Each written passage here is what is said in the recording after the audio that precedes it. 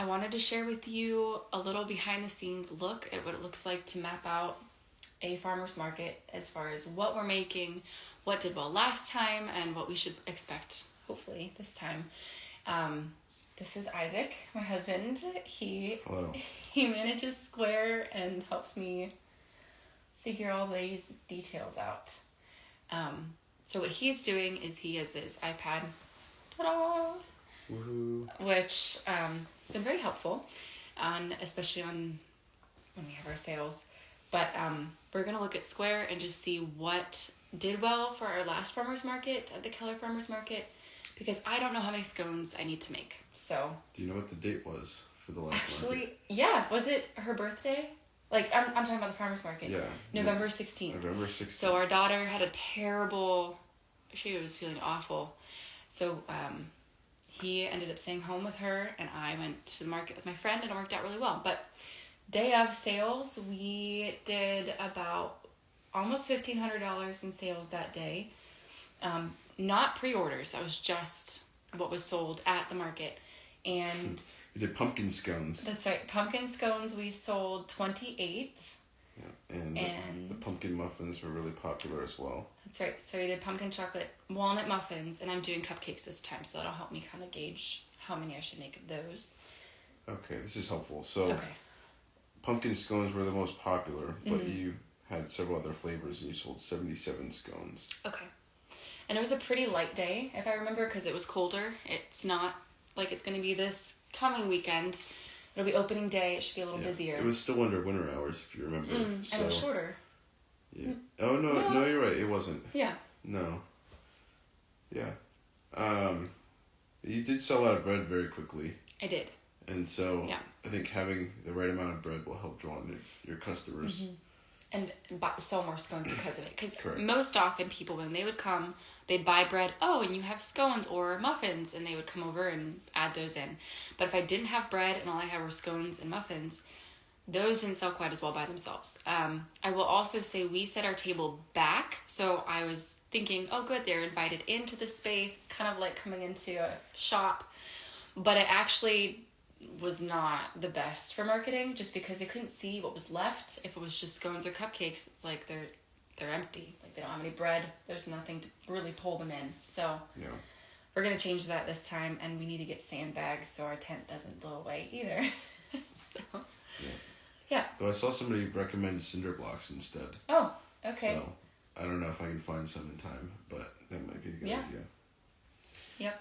Yeah, and it looks like as far as day of loaves, you sold 35 full-size loaves and 27 minis. And it was pretty quick. Like, we sold out within 2 hours, and we had another 2 hours left. So I think if I can just do max capacity on bread, do about, 60, 70 loaves day of sale. I've already pre-sold a lot. That should be doable. So that's a little inside scoop. So we, again, use Square. You can't see it, but it's right here. You can show it. It's going to be shiny. Hard to see, but it's super helpful. We take all of our payment through that for day of sales. You can take card. We also accept Venmo, but typically that just kind of backs up the line for people to pull that out and figure it out. Yeah, and we draw such a crowd in the morning that for the first hour or so, we really don't have a moment to breathe. Yeah. And there could be as many as 10 people in line waiting to either pick up their order or add to their order and get some day of. Right. And like, I'm a social person, but I also in the moment, I'm like, oh, I got to get out their order because they're waiting and I don't want them to be upset or impatient or, but they're actually there to like chat, and they understand by now that they're going to wait a little bit. So we shouldn't feel as rushed or pressured as we do, but it's just a very different environment than going to a store. Yeah. Because they want to interact with you as the cashier. Yeah. And the baker. Right. So we're still kind of working out how to structure that. Yes. We've had a pickup line. We've had like 2 lines, but it's still, someone needs to help. Right. So. And we just don't have enough hands to do that at this point. Yeah. So, and there's not enough space in a 10x10 booth. No. For there to be 2 different lines. Right. Yeah. Yeah. But anyway, very much behind the scenes, we are about to watch a show. Do you want to see if there's any questions? I don't know. Oh, yeah. If you have a way of doing that. I don't know if I can get questions on here. Can you guys ask questions? Can somebody type up something real quick just to see if it goes through? There should be one of these buttons here. Oh, questions. Tap. Okay, so if you have questions, now's the time, because otherwise, okay, good. Yes. I got a sourdough loaf from you a few weeks ago at the bookstore, and it was so good. Oh, yay. Great. That always makes me feel good. Good. I'm so glad, and hopefully you can make it on next Saturday, for the market. Yeah, but specifically for, I guess, this conversation, preparing for a farmer's market, do you have any questions about how to prepare for a pop-up market, how, Emily goes about planning what to bring, because that's kind of what this was looking back at a similar market and seeing what sold well and how fast it sold and seeing if we can replicate that. Because I don't know if you went into this, but we did have a lot of leftover scones. Yeah.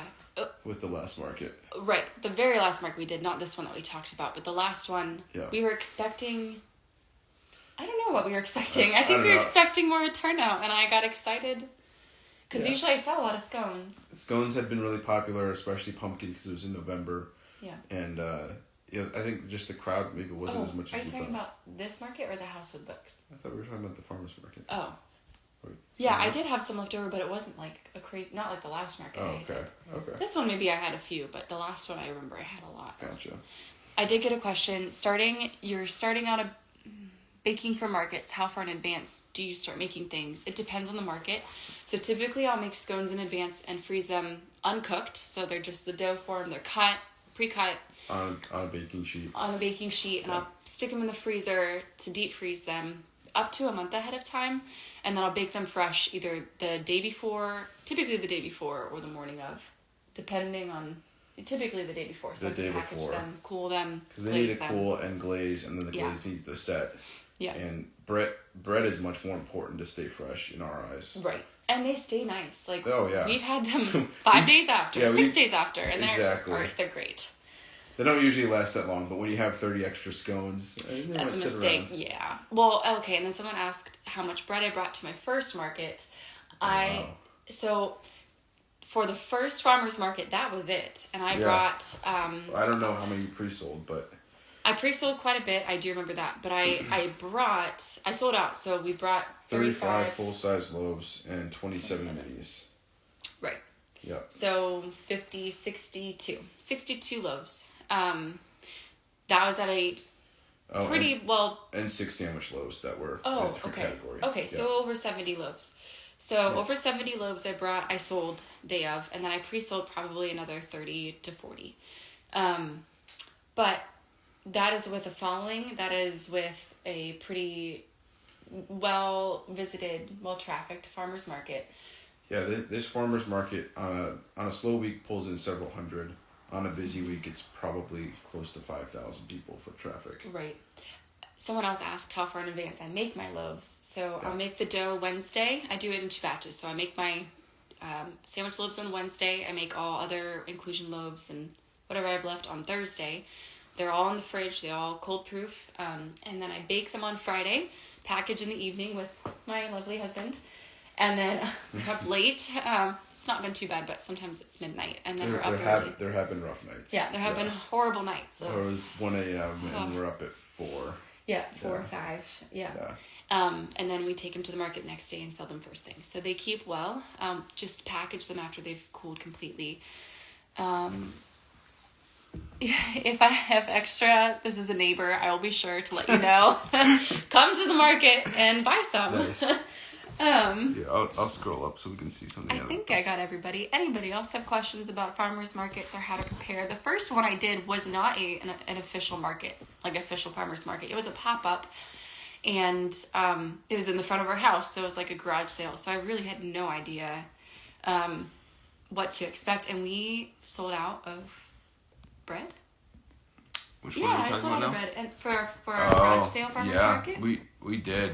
It took a little bit, I think I stayed out there a little bit longer than we had planned. So maybe till noon or something like that. And then by 1 o'clock we had, but that was great. I mean, that was one of those days where we just didn't know quite how to market. So if you remember, you were on Facebook Marketplace and you put like garage sale baked goods, and it worked because remember that couple that came by and they said, "Oh, we saw your post. We really wanted to stop by."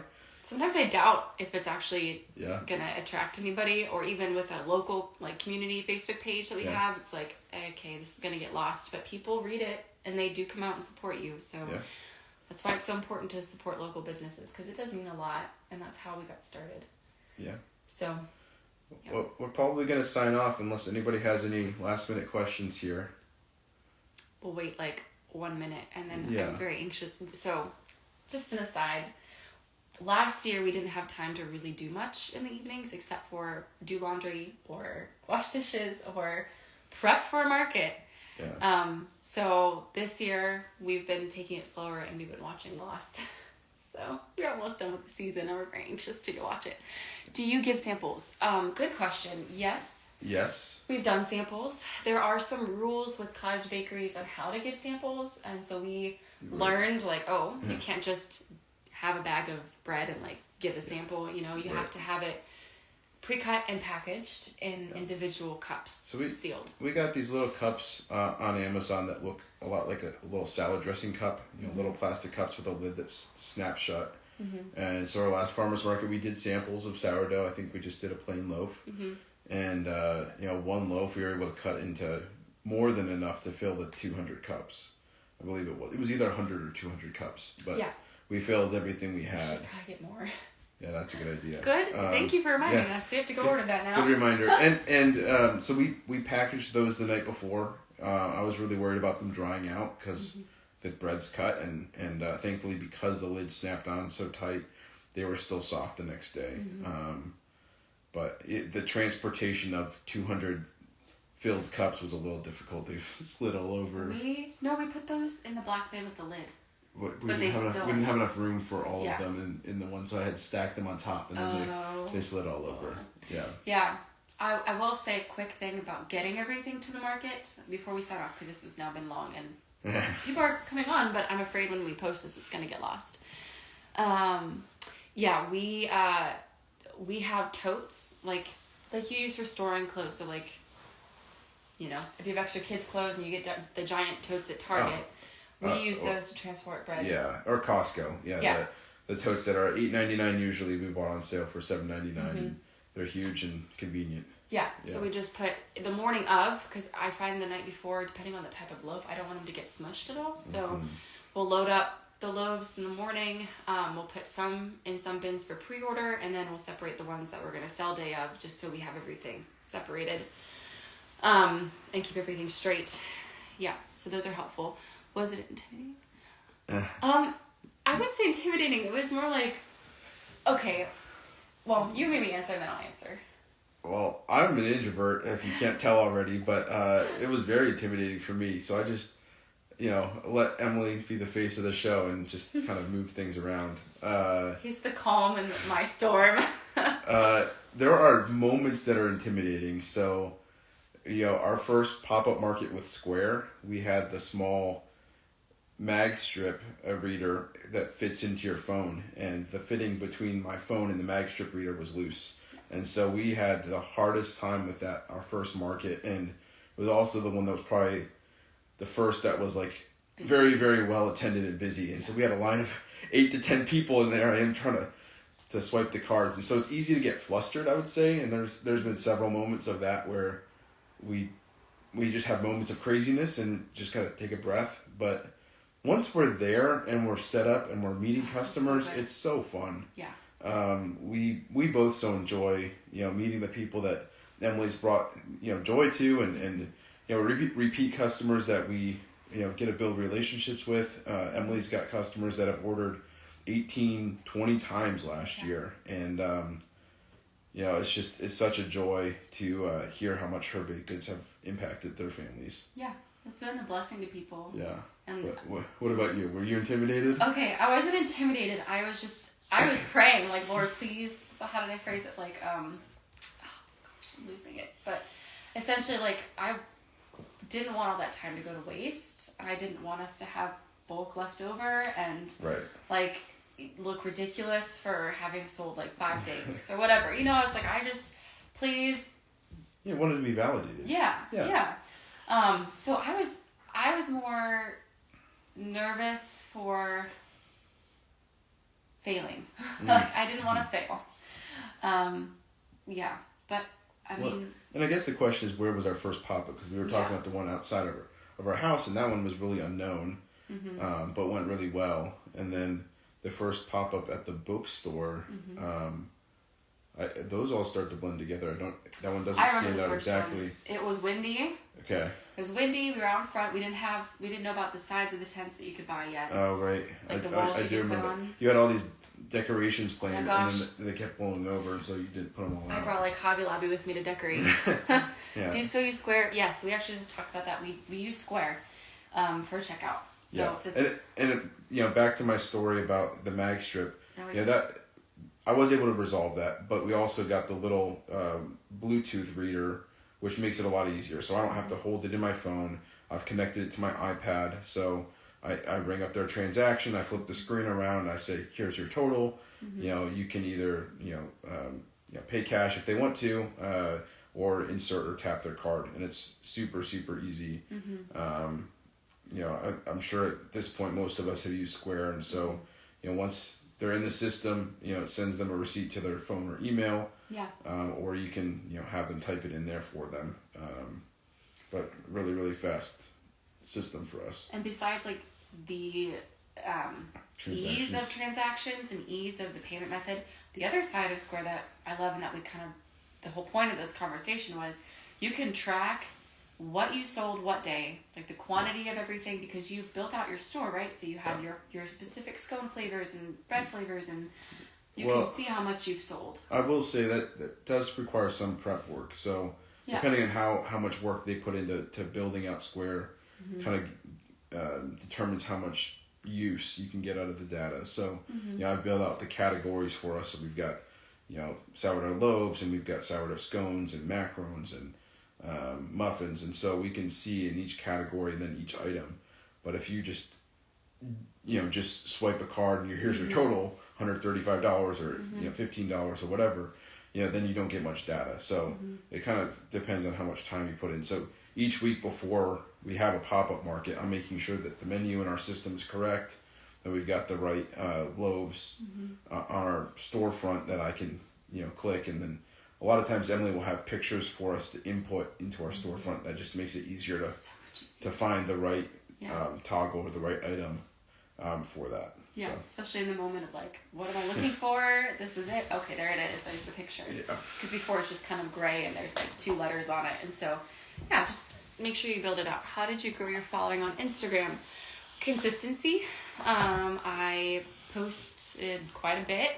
And then just seeing what works for other cottage bakers, what they did, and how even the timing of the little clips that you see, like was it 1 second or 2 seconds that clip was there? What were they doing? Was it somebody being active moving, or was it just a picture of the bread? So really analyzing like what is in the reels that are successful, and how can I replicate that in my own way? And like you said, consistency. I mean, it did not happen overnight. Emily, for both of us, it's been a lot, but she's the one that makes the content. Somebody asked about the selling online, but let me just answer this question real quick. That. I believe she started the Instagram page about a year and a half ago now. And at first it was just her designing loaves and scoring them is what it really was. I wasn't going to sell that. And they were just all for our family and enjoyment. And she just said, let me encourage people and share scripture. And it continued to grow from there. And I was actually just looking at this. I think April of last year was when she hit 10,000 followers. Oh, wow, yeah. And then, you've kind of got metrics along the way. But as it's grown, the questions from the followers and the interactions have grown as well. And so sometimes it can just be overwhelming trying to respond. But it is important because the more you respond, the more people continue to follow you. So, only over the last couple months have you really had reels that have gone super viral. Yeah. You've got a couple million plus views. Yeah. And those certainly help gain the followers as well. I think the goal that I've always had is I want to be helpful. I want it to be purposeful. I don't want it to just be empty content. And so, like, I want to use it as a mission field because I love the Lord and I want others to know about Him. And then I want to help people with baking bread or starting a business or whatever sourdough related help they need. I'd like to provide for them. So the ebook is really helpful, and I feel like that's been a huge blessing to people. And then I'm working on another project coming up soon that I'll be hopefully announcing before too long. But somebody did mention the difference between Hotplate and Square and how they were selling inventory online with Square. So we've never built that out. We looked at doing that, but Emily had already designed a website through Wix, and then she also had her online storefront with Hotplate, and that had worked really well for pre-orders. So we haven't decided to mix that up since you've been working with them. You've encouraged me to switch. Well, there's a lot of people in the baking field that also use Simply Bread's platform, and it seems very similar. I'm sure it's just as seamless. It's just we've got I'm very stuck in my ways, and if we've got something that works, why change it? It's not broken, don't fix it. Exactly. Yeah. So if Simply Bread said, "Hey, you can use this without paying any fees," they're like, "Okay, sure," but for now it works great. And for her customers as well. She's got 700 or 800 people that have subscribed to her text list on Hotplate, and so that's a great way of communicating with your customers if you're not using that already for pre-orders. She's able to send out weekly updates that, hey, my menu's about to drop for next week, order, or a reminder, hey, we're going to be at the farmer's market like she did today. Hey, we're going to be at the farmer's market next Saturday. We'd love to see you there. Pre-orders are going to be closing soon. So. Or if it's a lighter day, like our last pop-up we did was super windy. People were like, is this even happening? Or they just forget. People just forget. We're busy, right? And so you're like, hey, you need to text them. So I texted them a little bit later than I normally would have. It was 10 o'clock. It was 10. So we'd already been there for an hour. Yeah. But we had people come. Yeah, and mentioned, thank you so much for texting me. Yeah, I was like, you're welcome. Yeah. And I was also like, why didn't you get rid of the text? But that's okay. That's why you need to be consistent and keep reminding people. What was the name of the app I use is Hotplate, and it has a whole, I'm assuming that's your question. If you need to clarify, you can type again. But I use Hotplate for all my pre-orders, and then the day of sales to take payment, we use Square. But Hotplate is more than just taking payment. It's your storefront. It tells you, how much, you can build out your whole menu, what quantity you want to have available per item. It'll have all the data per sale for you. Right. It has a whole communication platform, so that way your customers can text you. You can text them back. It's just all in one versus trying to communicate via Facebook or via text or all these different avenues of communication. It's just simplified into one. Yeah, I really recommend, if you're doing anything similar to what Emily's doing, to have some system, because if you're trying to field all the different methods of communication, making sure you're keeping track of who's ordered what, when they've ordered it, if they've paid, it's a lot. It really just adds so much to your plate. So having a payment ordering system where it handles it for you, so you can see exactly where the order is, if it's paid, in Hotplate, you always have to pay ahead of time, with the methods that we've selected. So it's already prepaid. We don't have to worry about that.